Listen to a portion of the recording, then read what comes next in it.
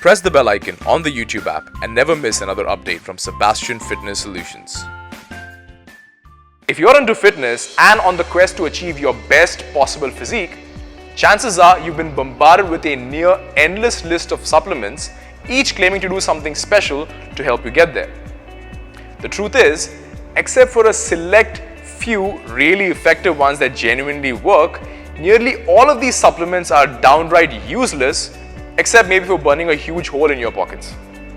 In today's video, I'm going to take you through, or I'm going to reveal to you the top 5 popular supplements that are a complete waste of money. Coming right up.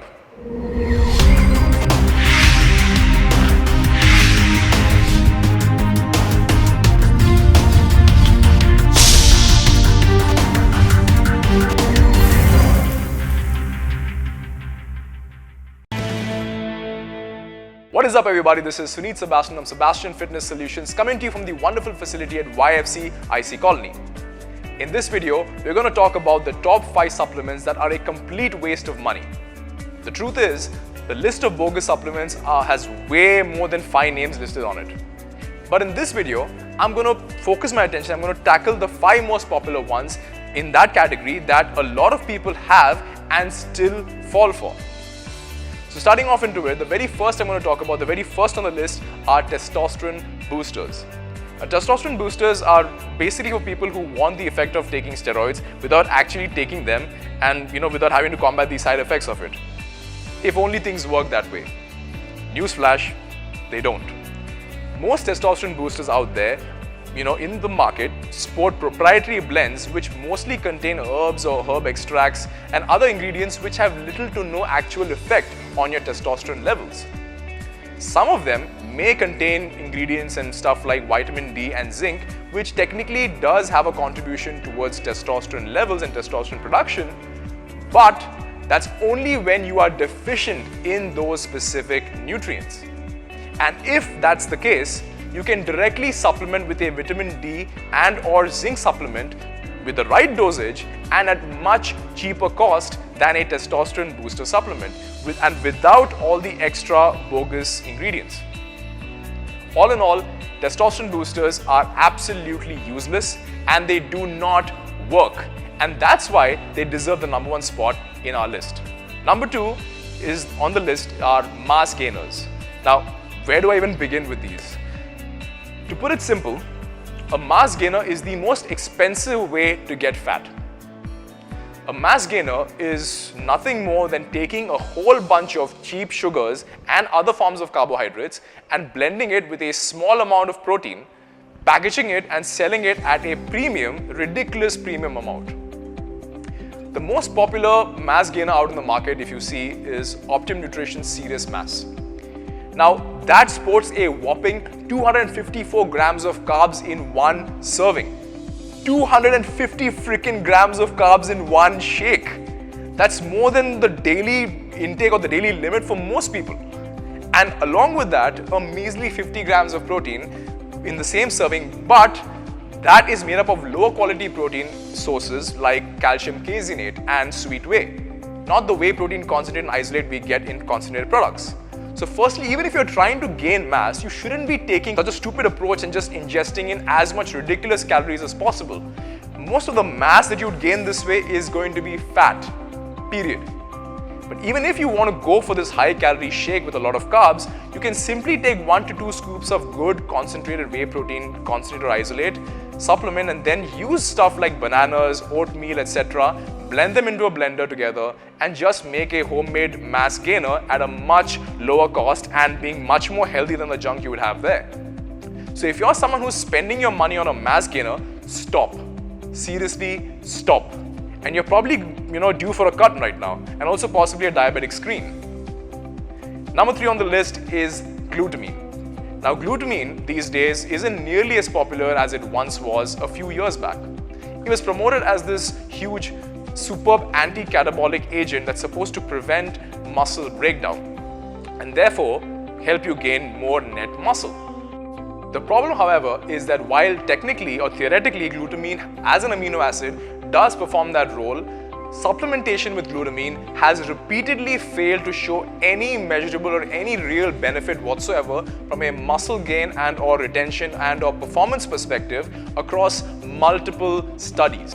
This is primarily because glutamine, as other amino acids, are available through the dietary protein that we consume either through food and or through supplements.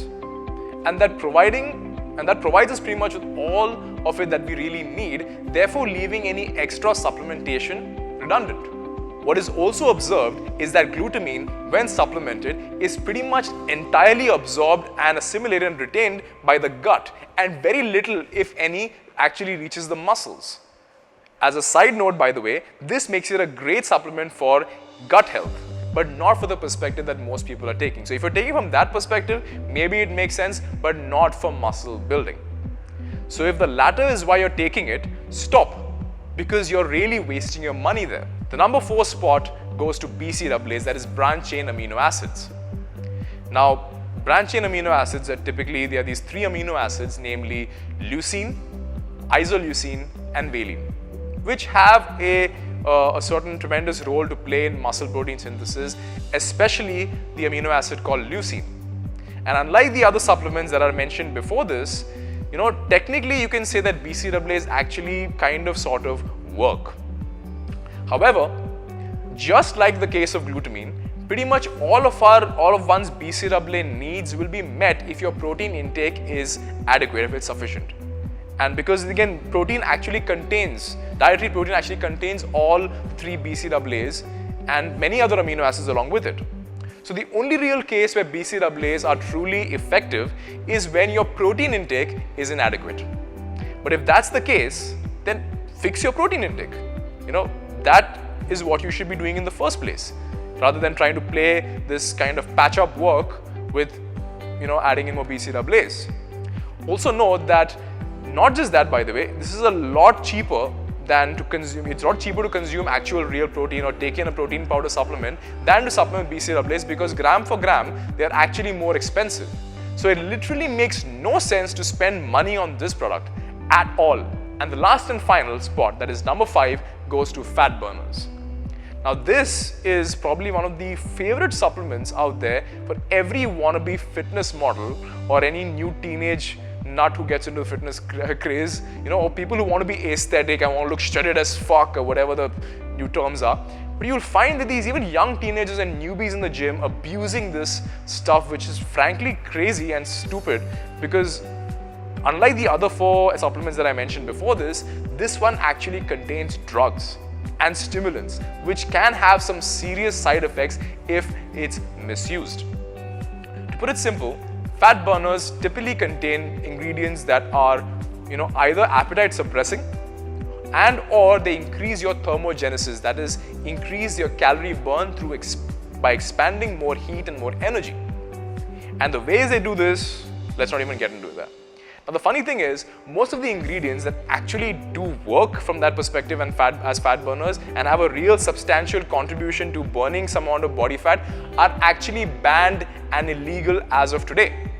Stuff like ephedrine, 1,3-DMAA are all banned and no longer available in your classic over-the-counter fat burner supplements. And for good reason, by the way, because they have been reported to have some serious side effects. The stuff that is there in today's products nowadays are mostly useless and don't give any real substantial fat burning benefits, pretty much. And the very few ingredients that do have a mildly effective fat burning effect, such as say caffeine for example, they actually lead to much less fat loss than, let's say, if you eat a little bit less in the day, or maybe you take an extra, like a daily walk or something. You'll end up burning more fat doing that than taking this little bit of mildly effective caffeine. So really what's the point of taking them? Yup, none. It's mostly used by people who think they can just pop some pills and lose fat without having to go and put much effort into it. If that's you, wake up. Fat burners also have a number of side effects like sleep disruption, high stress levels, anxiety, breathlessness, and even, cardiovascular effects. You really don't want to be messing with this stuff. There's no point. Focus on your overall diet and training. Follow the basics, follow the fundamentals, and you'll get those results, period. not by popping all these silly pills. So there you have it. Those are your top 5 supplements that are a complete waste of money. I really hope that you found this video educative and eye-opening. And if you have been consuming any of these that I've mentioned before, we'll here on stop wasting your money over them, right?